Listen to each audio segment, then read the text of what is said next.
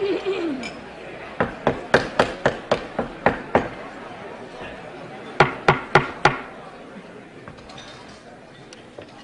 afternoon, and welcome to the National Press Club.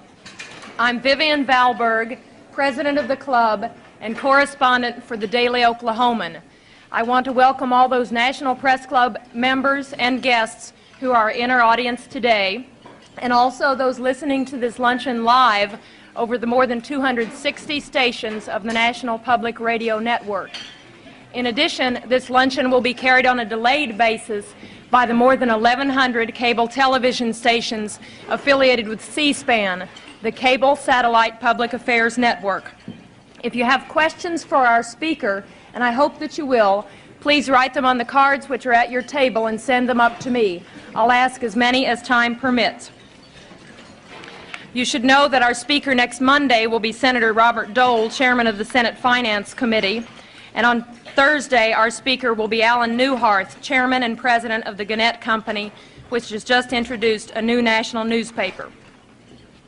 Now for the introduction of our distinguished head table guests. If you will withhold your applause until I've finished introducing them all, and if they would stand as I call their names. The Washington Bureau Chief of the Scripps League newspapers who organized today's luncheon, Lee Roderick. The United States Deputy Chief of Protocol, Thomas Nassif. The Minister of Trade of the Philippines, His Excellency Roberto Ungpin. National Editor of Hearst Newspapers, Joseph Kingsbury Smith. The Assistant Secretary of State for East Asian and Pacific Affairs, the Honorable John Holdridge. The Ambassador of the Philippines, His Excellency Benjamin T. Romualdez. Publisher of the Washington Times, Jim Whalen.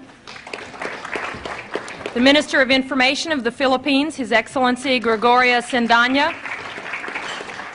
United Press International Diplomatic Correspondent Jim Anderson. United States Senator from Hawaii, the Honorable Daniel K. Inouye. Prime Minister of the Philippines, His Excellency Cesar Virata.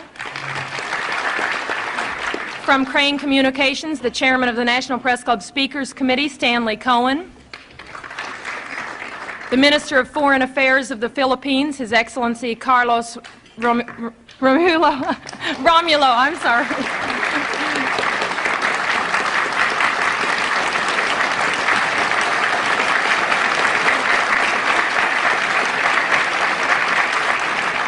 The Associated Press Diplomatic Correspondent, George Guetta.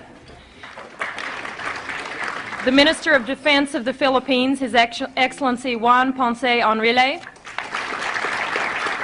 American Ambassador to the Philippines, the Honorable Michael Armacost. President of the National Press Club of the Philippines, Ben Rodriguez. Assistant General Counsel, International Affairs of the Treasury Department, Russell Monk. And the Chicago Tribune Diplomatic Correspondent, John McLean.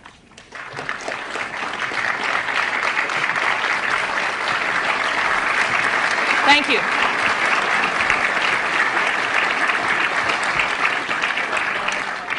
Our speaker today is the President of the Philippines, Ferdinand Marcos. It has been 16 years since President Marcos came to the United States on an official visit, and 16 years since we first welcomed him to our podium at the National Press Club. When he appeared before us then, he had just been elected president of the former American colony, which became an independent nation in 1946. We knew Marcos was a war hero. He got so many medals in World War II that when the young Major Marcos met four-star General Omar Bradley, the general saluted him. We also knew he was a persuasive fellow. How else could he have managed to get his wife, who is known to be strong and bright, to marry him after they'd known each other for only 11 days? And we knew he was experienced in overcoming political adversity. After all, the first case Mr. Marcos ever won as a lawyer was when he successfully defended himself from prison against a charge of murdering a political opponent of his father. The president of the press club at that time, Win Booth, remarked at the great warmth of the greeting Mr. Marcos received in 1966, and said, and I quote, "Your very presence reminds us that you and your great people are the faithful allies of our country in time of trouble. And that, sir, is something the American people and the men and women assembled in this room are not about to forget," end quote. But much has happened in those 16 years. In the interim, Mr. Marcos declared martial law, or what he called constitutional authoritarianism, and did not lift it for 11 years. There have been charges of corruption, abuses of human rights, and political repression, and recently the Archbishop of Manila called openly for him to resign. But through it all, Mr. Marcos has remained president, and this week, President Reagan warmly welcomed him, stressing the many common ties between the two countries. The New York Times recently said, quote, "In a country that is deeply sensitive to style, Ferdinand Marcos has it, and it has allowed him to take the sweeping actions that in essence converted the nation from an ill-functioning, raucous but free democracy into his personal fief and seemingly permanent possession," end quote. President Marcos comes to us today as the head of a nation with a long friendship with the United States, a nation considered crucial to America's defense strategies in Asia. We are eager to hear what Mr. Marcos has to say. It's my pleasure to present to you Ferdinand Marcos, President of the Philippines.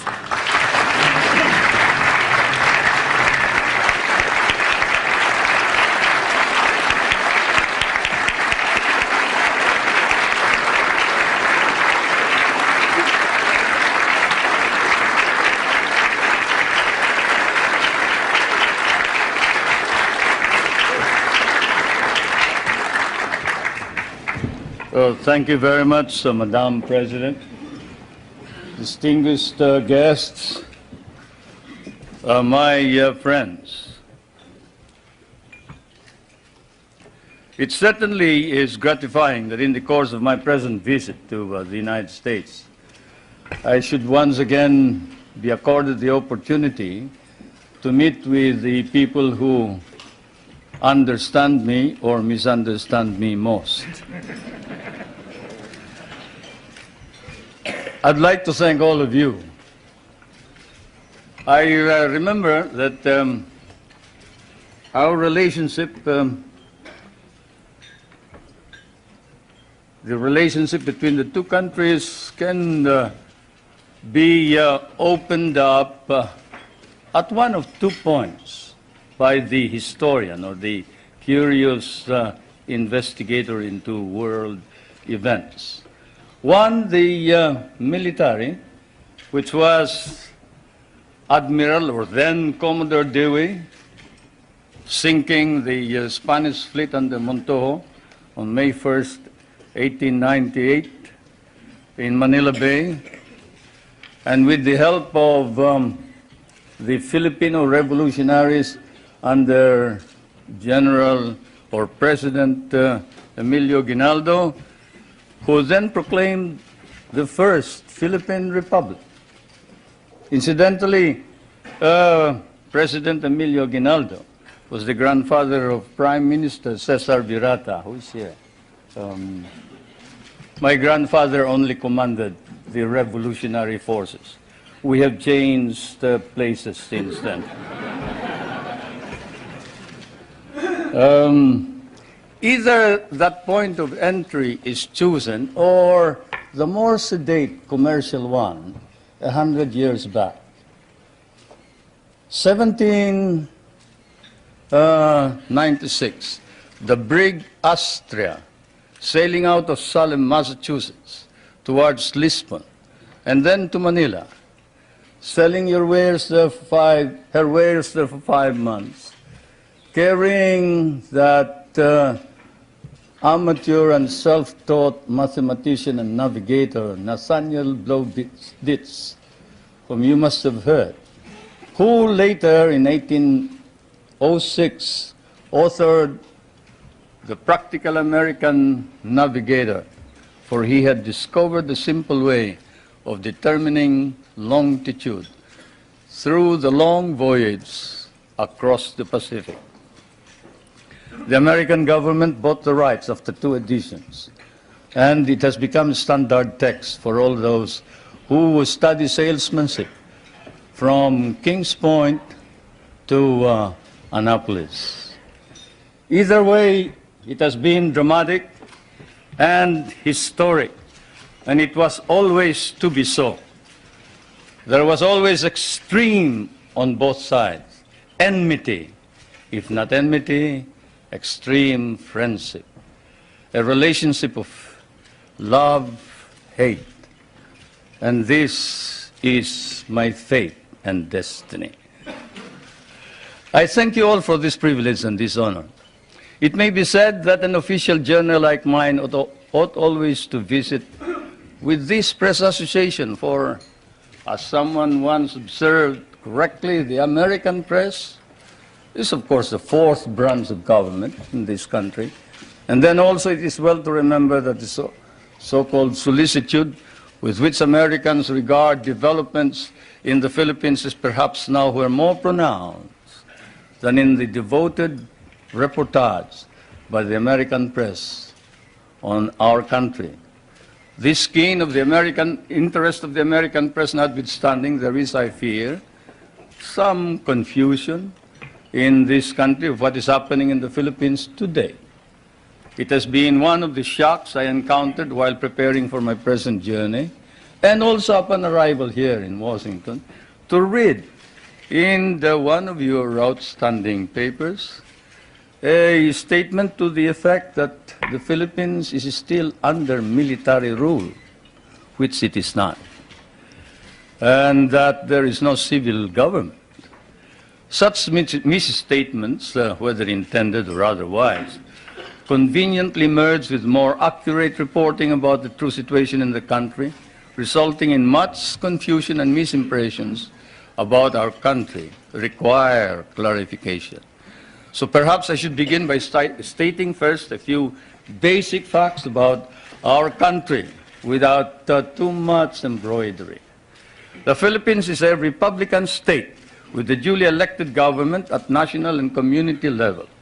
We have a national constitution duly drafted by a constitutional convention elected and convened in 1970 and duly ratified by our people in 1973. Under that constitution, ours is a modified form of presidential government with a National Assembly constituted by assemblymen elected by regions in 1978 and a president directly elected by the people in 1981. Legislative power is vested in that National Assembly, while the executive power is vested in the president. And the party in power, the party that won the most number of members in this National Assembly, choose the leader of the legislature, and the leader is the Prime Minister, and he's no other than Prime Minister Cesar Virata.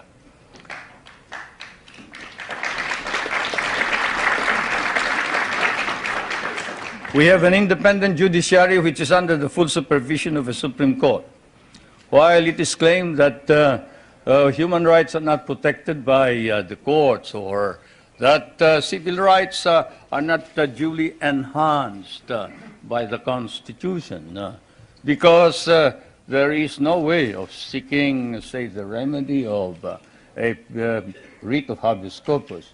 The truth of the matter is anyone can petition for a writ of habeas corpus in the Philippines. In fact, all those who have been apprehended as having brought in hundreds and hundreds of firearms bought from the PLO and other sources, and who have bragged openly in the television when they are caught that they were the leaders of these rebel groups, and who later changed their tone on the advice of their lawyers, went to the Supreme Court and were able to obtain an order from the Supreme Court for the Philippine government to bring the bodies of these people to before the Supreme Court, which we did. There is not a single man who has filed a petition for a writ of habeas corpus who has not been able to compel the government to bring the body of all those petitioners to the Supreme Court. In fact, the Supreme Court ordered an investigation on the allegations of torture, and the results were negative. The doctors testified that they examined all of these persons, all these petitioners, during the period of confinement, and they never complained about any mistreatment or torture. And some indiscreet remark indicated that this was merely said on the advice of the lawyer as a preparation for defense in the criminal trial. Now let's review the overall measures. All measures that have been issued by the President were issued at his instance alone? No. They are issued after a meeting of what is known as the party caucus. You who have studied constitutional law know that in a modified parliamentary or presidential form of government, the President actually doesn't make the decisions. He may lead the party, and therefore in the caucus he may exert influence in the caucus, but the caucus decides what is going to happen. What is the policy to be adopted? In fact, our Constitution institutionalizes this procedure and states that the program and policy of government shall be adopted by the Cabinet, submitted to the President for approval, but shall be responsible to the members of the National Assembly or the Batasang Pambansa, and for which the Prime Minister must stand. If he is rejected, then he must quit. He must resign, and a new Prime Minister must be appointed. Now, all cases are appealable to the Supreme Court, including cases of security against the state. We have a system of local government and administration throughout the country. In all, there are 73 provinces, 60 cities, 1,502 municipalities, 42,000 barangays, in each of which there are regular elections. Barangays are the villages. We just had elections this year. The election for president occurred in 1981. Under the Constitution, the people have a right of recall. They can recall anyone who has been elected by 1/5 of all the voters who voted in the last elections. A vote of 1/5 will suffice to call a new election for any given post. Our Constitution likewise provides for a Bill of Rights, which guarantees protection of the political and civil rights of all individuals, regardless of color or creed. Incidentally, that statement allegedly made by Cardinal Sin has been denied by Cardinal Sin. I was surprised that you haven't heard about it. This just goes to prove that there is some time lag when you move towards the West.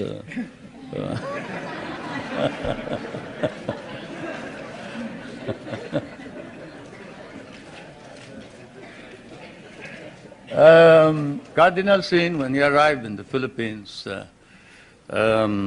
appeared before some of our friends and said, look, there is no quarrel between the church and state, and the church and state are separate. I have no intention of intervening in political affairs. I have not stated that the president should resign. That's his business. That's the business of the people.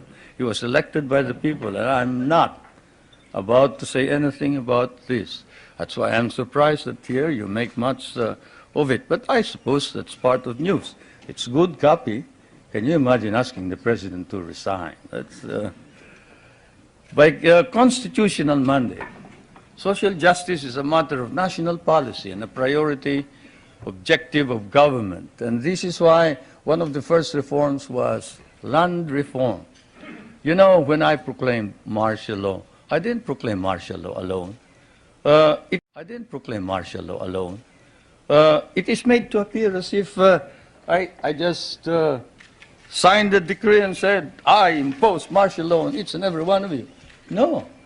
I asked the legislature to please pass a law proclaiming martial law because there was anarchy in the country. Now, let me say this. The opposition was strong, and they were members of the Security Council, and somehow they had adopted a resolution which required that there be a unanimous vote for the armed forces to be able to move And therefore, the armed forces was immobilized. At the same time, I asked the opposition party to come and join me in a coalition government. I offered one half of the cabinet. And of course, they laughed at me and said, "Why should we join you? We're going to take over the government. By the time you are through with the exercise, you're dead, politically and otherwise." So, and they refused to join me. I asked the advice of the judiciary. I asked the Supreme Court justices, the Court of Appeals justices, and the members of the private sector. And all of them told me there's only one man who can proclaim martial law, and that is the president. And you are it. You are the only one who can proclaim martial law.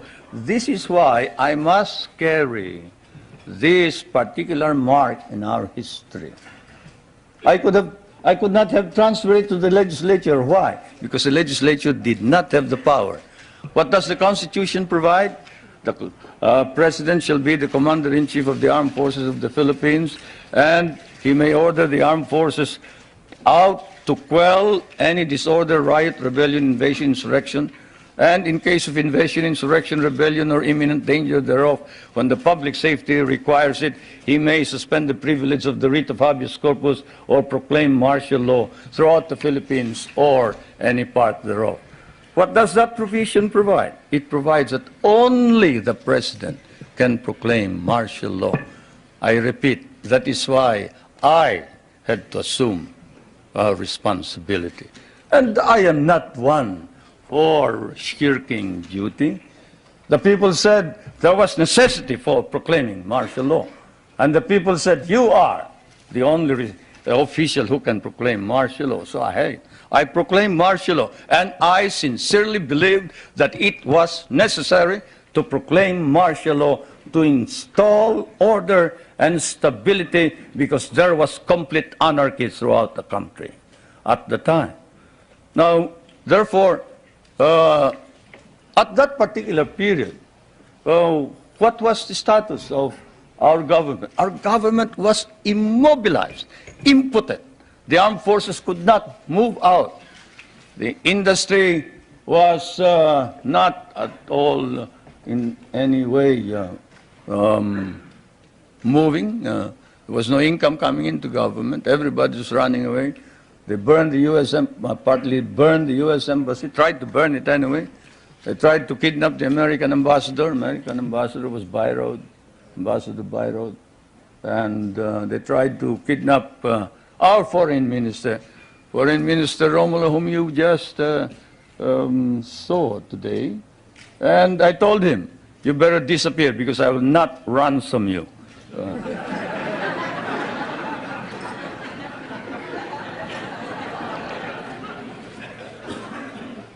But whatever it is, they burned the Manila International Airport, they bombed the Supreme Court, they bombed the Constitutional Convention, they bombed the City Hall, they burned part of Malacanang Palace, they attempted to kidnap my children, they attempted to kill the President 8 times.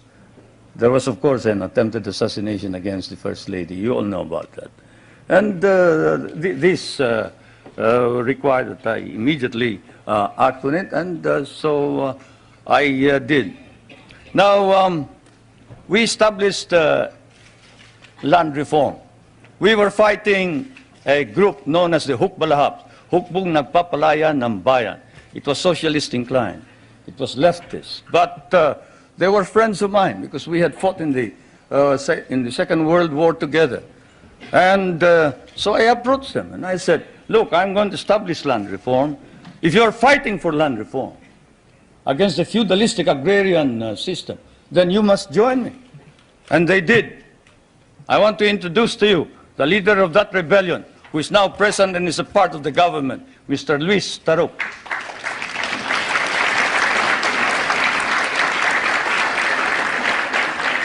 He is a member of the National Assembly. The one reason why he ran to the hills, according to him, was he was elected as a member of the old legislature and he was not recognized as such. He and the others.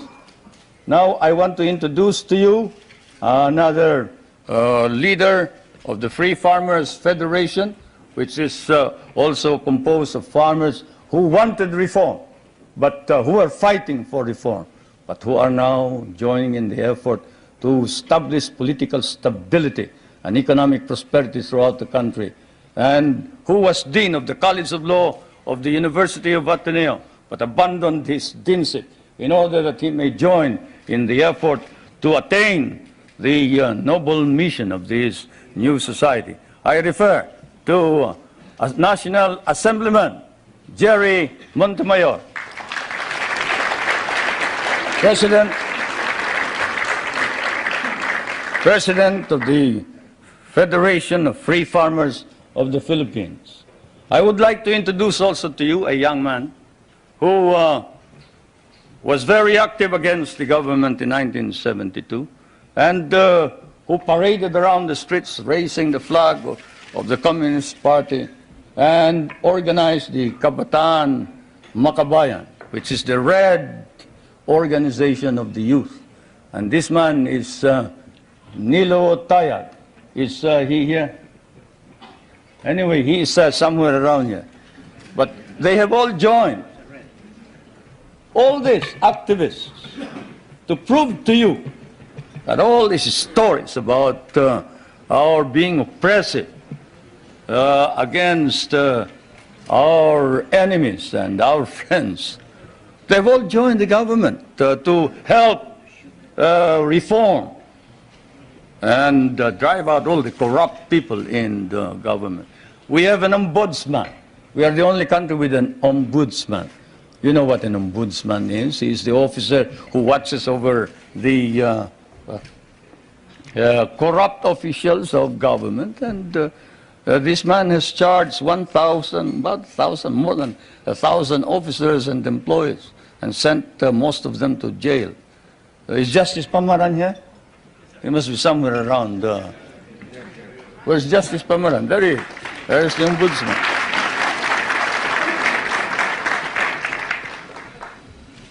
And we have not deprived anybody of private property. On the contrary, while we are a free enterprise society, we have an egalitarian base.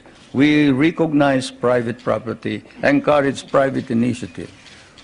Our Constitution explicitly recognizes the importance of developing the national economy and protecting the patrimony of the nation. In line with this, a National Economic and Development Authority has been created for the purpose of planning and coordinating economic development plans. I chair that Economic Development Commission. Now, I did not come all the way here to recite these basic facts to you, but it is best that we wrote this at once for they form an important background of understanding the developments in my country. Relations between the United States and the Philippines now span, I'd say 84 years if you mark the Battle of Manila Bay, 184 years perhaps if you mark the brig Salem, from Salem, which when it returned to Salem brought back hides, indigo, lumber, pepper, and paid 24,000 in tariff duties. Many things don't change, not even tariff duties. Anyway, the trade between our countries is covered by a trade agreement. The military and security matters are covered by 3 agreements. Those agreements are, and I will now ask our friends in my staff to distribute these agreements to you, or as many as can receive them. These agreements are the Mutual Defense Pact, the Military Assistance Agreement, and the Military Facilities Agreement, which is due for review this coming year.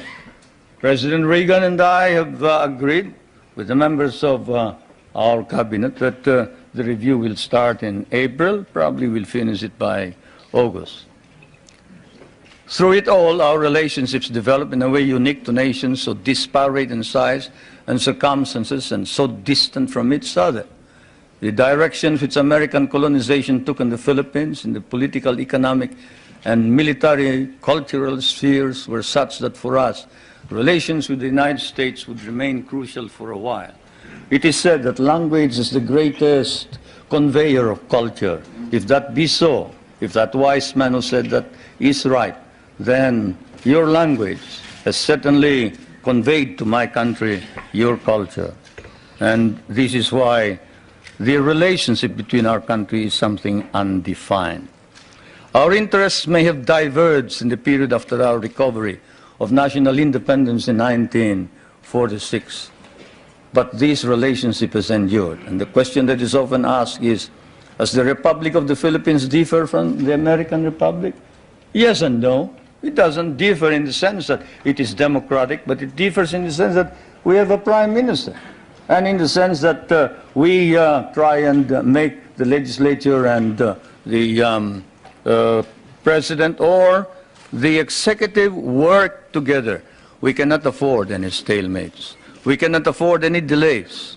It is a modified presidential form of government, while yours is a complete and pure presidential form of government. Why did we change this? Because we cannot afford stalemates and deadlocks. Yours is a strong economy and a military power.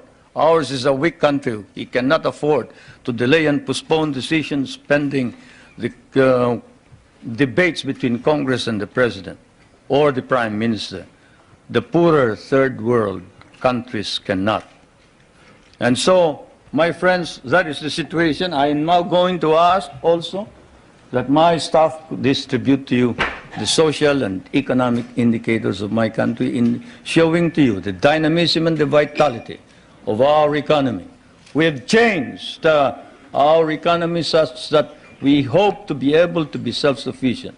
We were importing rice before. The last time we imported rice was in 1976, 77. We paid $500 million for that price. Today, we are exporting rice to our neighboring countries. And the per capita income was about $200. Now, it is more than $800 per capita income. The gross national income has increased 5 times. I need not go any further. I'll wait for the questions, and now I am ready for interrogation.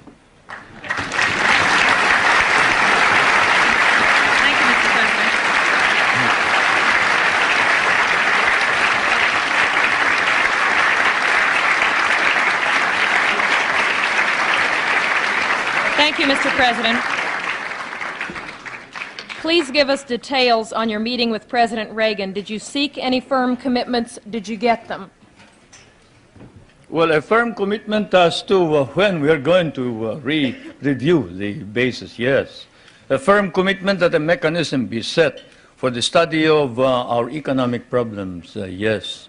Because, as you know, the reason we have a deficit in our balance of payments is the commodity prices went down because of your domestic deflationary policies, your interest rates. But all of this can be worked out, and so it has been agreed. Secretary Reagan of the Treasury is going to meet with our foreign minister, who is also prime minister, regularly. The next meeting is next November, I think. So we have worked that out. The national security matters will be worked out by the defense minister. The 2 defense ministers are also meeting in November. Those are the specific ones. We have also entered into a tax agreement and air agreement. This afternoon, tomorrow, there will be some kind of agricultural agreement. As you know, we have one of the most modern and biggest concentration of agricultural and natural scientists in Asia. This is in Los Baños, the University of the Philippines. And we have biogenetics, we have plant engineering, we have, name it. You remember that the International Rice and Research Institute is based there, and that it was the one that produced the new type of rice which produced the rice green revolution. And we help your scientists produce the corn that can fight mildew. When your scientists could not produce it, we did. that center is going to be developed. We are also hoping to be able to exchange technology on non-conventional energy and other matters. It has been reported that your government will seek $2 billion in rent from the U.S. for the Philippine bases. Is this an accurate report? No, it is not. We have never talked about figures. Louder and clearer. We can understand the question. The question was, is it correct that we have demanded $2 billion in the rent? The answer is no. We haven't quoted any figure. What we have asked is this. We want a study. What is it that is necessary in order that we can perform our job? You and I know that if the Philippines is attacked, the United States is not necessarily bound to immediately react because the provision of the Mutual Defense Pact is that you will immediately take steps as is necessary to meet the contingency in accordance with your constitutional processes. What does that mean? That means that you go to the Senate and the House of Representatives. What does that mean? That means delay while we are dying there.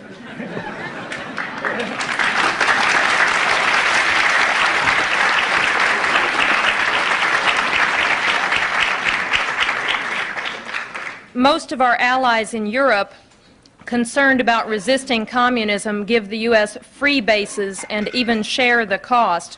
Why shouldn't we expect the same kind of cooperation from the Philippines instead of demands for more rent? Well, for one thing, you haven't exactly paid for what we lost in the last war. If we must make an accounting, 75% of our cities were devastated in the last war. We lost 1 million men. Shall I quote you the statements of Roosevelt and MacArthur that every Carabao will be paid for? Shall I tell you that the veterans who were inducted into the USAF, the United States Armed Forces of the Philippines, of the Far East, your armed forces were paid only 1/2 the salary of your soldiers? Shall I tell you that we almost turned communists because you refused to recognize us? Shall I tell you that I had a difficult time stopping my guerrillas, 25,000 of them from joining the communists, because precisely you sort of forgot that we had done the fighting for you, you know, and we were parts of your armed forces. But in fairness to the American Congress, when we came here and we called attention to the fact that we had been abandoned and forgotten, they themselves, in outrage, immediately passed a law recognizing the services of the Filipino and reinstating them as parts of the United States Armed Forces in the Far East, including back pay and benefits. That, Madam President, is the answer, in addition to the fact that those people that you are talking about have been making money at the expense of the United States for quite a long time, while we have not.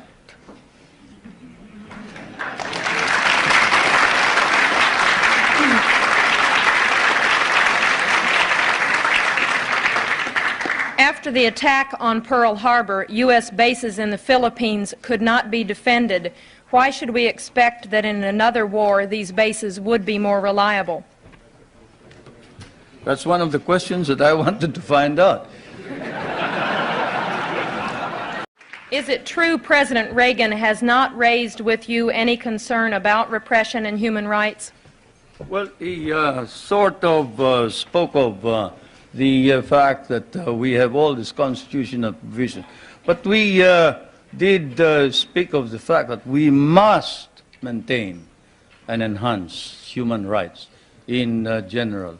But this fault finding that we found in some of these reports before isn't there. There is this open-mindedness and fairness which we expected of America and the Americans. The Americans that I know, the Americans who fought beside me, the Americans who bled with me in many a battlefield, was a fair man. He was a just man. He was a courageous man. He was a man who saw right and did right. And it is not fair to accuse the Philippines of any violation of human rights when there has been no violation. Though if there has been any violation, we punish those who have violated.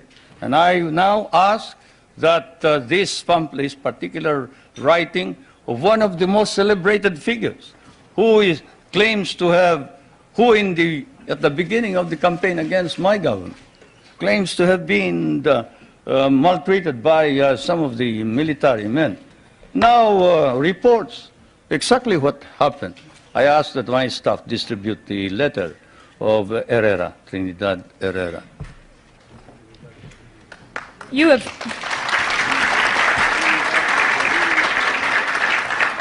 have indicated that the allegations about political repression and human rights are overblown. How then do you explain the findings of the international independent group Amnesty International, which documented cases of torture, disappearances, and illegal detention? Well, I'll tell you that the Amnesty International has never come to the Philippines.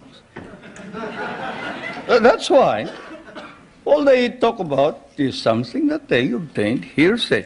Let's give one specific example. Father Abedicio, a famous case. Father Abedicio is supposed to have disappeared. He is a member of the clergy in the Philippines. He's a Filipino. He disappeared and we couldn't locate him. Not even my best intelligence officers could locate him. And what did we discover after 6 months? We discovered he had run away with somebody who claimed to be a nun, and he was in Germany. How do you like that? And we got blamed for it. We got blamed for it. That's it. That's how the Amnesty International has been reporting all this thing. This questioner says, I have been in Manila and talked with both Filipino and U.S. businessmen.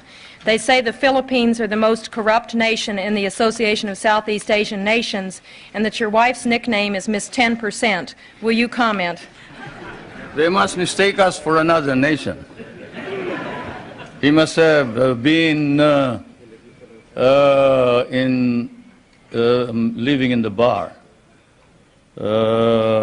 Because I can tell you, there is this man, Justice Pamaran, whom I just introduced to you. He is the ombudsman. You who know what an ombudsman is, knows exactly what he can do. He doesn't wait for evidence, any rumor whatsoever, and he investigates it. You talk about my wife. Not that I would like to defend her. She can defend herself any time. She's quite capable. But perhaps that statement was said of another First Lady, not my wife. Certainly not my wife.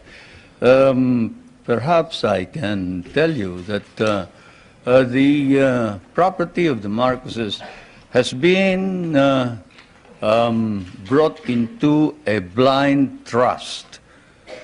And not a 2020 blind trust either. It's a real blind trust. And we don't know exactly how that blind trust operates the property. The only property that we have control of are two or three houses.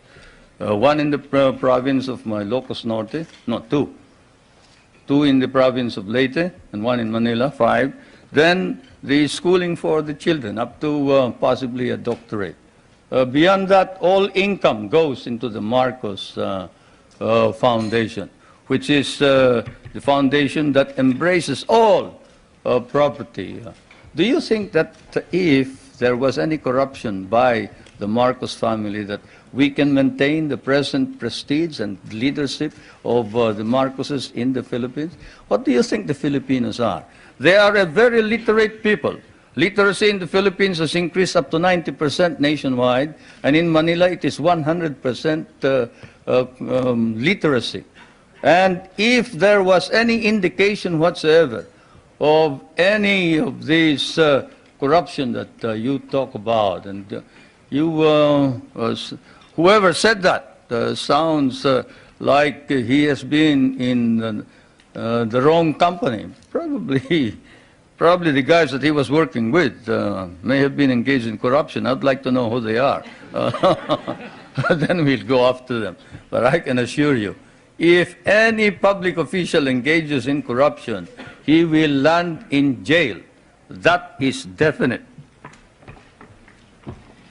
What do you say to critics who say your health is poor and you won't be around very long, but your wife may be? Anybody want to try me in the ring?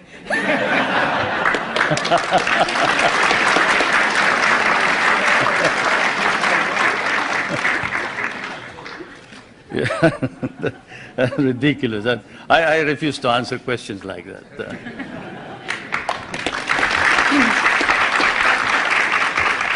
Two related questions. You are indeed a family man. Your wife, your daughter, your brothers are all government officials. Do you think the next president of your country will be a Marcos, and would you like for your wife to succeed you as president? No, no. The problem here, of course, is that one, you do not understand Philippine politics. You see, first of all, my brother, did you say my brother was governor? Government officials. My brother volunteered his services for Medicare. Did you want him to withdraw his voluntary services as a medical officer? He is serving our country practically free, abandoned a very profitable medical career in order to serve what we have as Medicare, which is your Medicaid, no? Yes. He is not a government official by any means. This is a voluntary organization. My wife was elected. He was elected because the candidates wanted to include him, to include her. They wanted somebody to carry them. Minister Romulo will tell you that without the support of the governor, who happens to be well liked by the people of Manila, they probably wouldn't have won in the last elections. It's just a matter of helping out in the political campaign. My daughter is the voluntary head of a group of village leaders.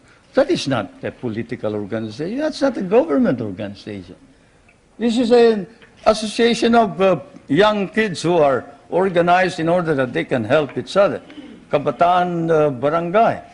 And I am surprised that you hold it against these young kids, that they get together so they can play football, they can encourage sports, they can encourage the young kids from going into drugs. Don't you think that you should also organize something here in the United States and get somebody to stop the young kids from going into drugs and instead go into sports? Well, that's what they're doing. Now, with respect to the other officials, the question, of course, doesn't specify. Let me put it this way. As I told you, our government is a caucus government, consensus. When the consensus of the party demanded that I appoint the First Lady as a member of the Executive Committee, I had an agreement with them, and that is that she would not become President or Prime Minister. At the beginning, even Prime Minister Cesar Virata was for the First Lady becoming Prime Minister. But the First Lady and I stood our ground, and we nominated the Prime Minister Virata instead. Now, is that the action of anybody who is preparing to take over as a dynasty? Now, my other daughter, well, she is in Pennsylvania. She's studying voice culture, and she is in anthropology. I don't see what connection that has with politics. Mr. President, your opponents say this trip is costing between $5 million and $20 million. What is the budget for your trip? It's ridiculous. My cabinet is spending only a very minuscule part of that. If there are any people who have joined this group, they are on their own. I'm sorry to say. They're on their own. Do you believe the United States now has a consistent, understandable policy toward the Philippines and East Asia? Shouldn't you ask that of the United States leaders, not me? But as far as I'm concerned, yes, insofar as we can understand. What I see is a resurgent American nation under a new leadership, trying its very best, earnestly trying to arrest decline and slide in prestige and in policy, in domestic and foreign policy. That is what we see from the outside. There is an earnest effort to prevent drift and confusion. Now, we would like to encourage that because among the small nations, there is no possibility of any progress so long as there is instability throughout the world.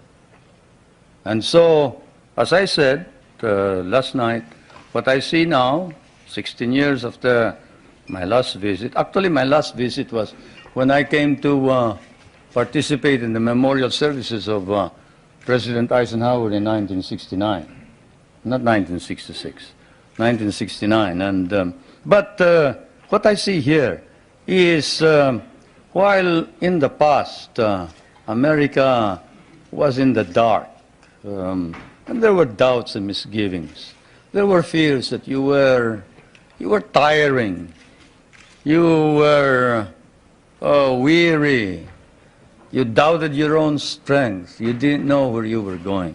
But now there is hope, and the phenomenon is what we see is an America emerging out of the shadows. It's still partly in the shadows, but it's trying to emerge. And certainly under the leadership of President Reagan, it's trying to organize an integrated, understandable foreign policy. And that's what we see.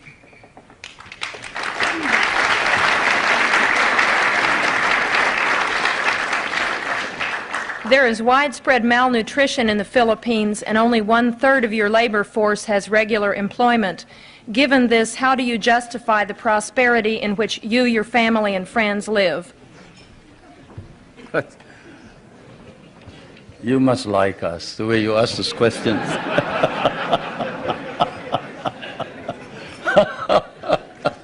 Anyway, I don't know where you get your figures, but the unemployment figure in the Philippines is 4%. I don't know what's yours. I do know what's yours, but have you heard of the KKK, not the Ku Klux Klan, but we have a program which harnesses the energies of those who are half employed, like those who are in the farms. You see, those who wait for the coconuts to fall or who plant rice are partly employed. And so we allow them to engage in what we call small, medium-scale industries, contract work. Where, in what country do you see, say, a boot block? A boot block. Go to a rural bank and say, look, I used to borrow money from this usurious lender here. I borrow 5 pesos in the morning, I have to pay him 6 pesos in the afternoon.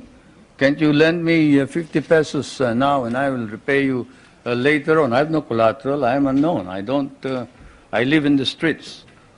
And in what country will you see the rural bank lend this boot block money after looking at his shoe shine stand and gathering all the other shoe shine boys and putting them to work and getting them to repay this indebtedness, not in a week, but perhaps even in a day. Or fishermen who live a hand-to-mouth existence. Even here, in your prosperous United States, can a poor fisherman go to a bank and borrow money on his name, on his signature? He cannot. But here in the Philippines, he can. A poor fisherman can go to the bank and say, look, I live in so-and-so, and the chairman of my village can certify that I am a poor fisherman. And I would like to organize a group. Can you lend us 5,000 so I can buy a motor, I can buy a net, I can buy a small boat, and we can improve our earnings. And under our laws, we have set aside funds which then are lent out. And we have been able to lend out about 1,200,000,000 pesos under this scheme, and they have been repaid. They have been repaid, and that's the worst part about it, isn't it? Many people don't believe it, but they have been repaid. And so we have a situation where the work ethic has been encouraged. We tell everybody, you don't plant rice, you don't eat rice. You don't work, you don't get anything. But you work. We'll give you the wherewithal. We'll give you the funds. We'll teach you how to work if necessary. And we'll see to it that we will sell your products. That's what's happening in the countryside. Not all this talk about corruption and this ridiculous statements about people in government enriching themselves.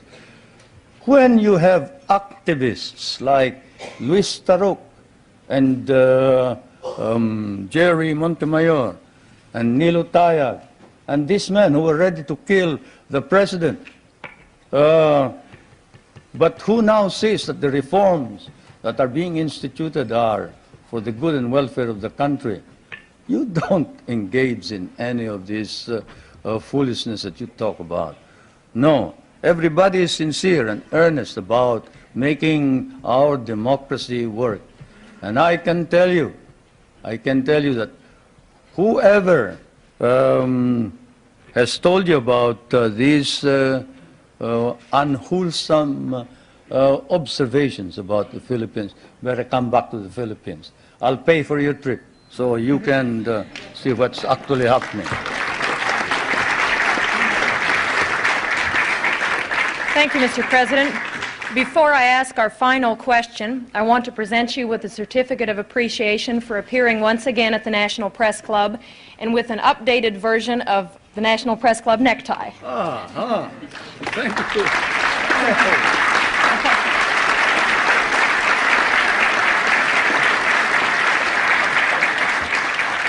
And now our last question. Is it really true, as your biography states, that you were born in a thunderstorm? How should I know? But my mother says so, yes. My mother says so, and I guess if you can't believe your mother, whom will you believe, huh? Thank you very much.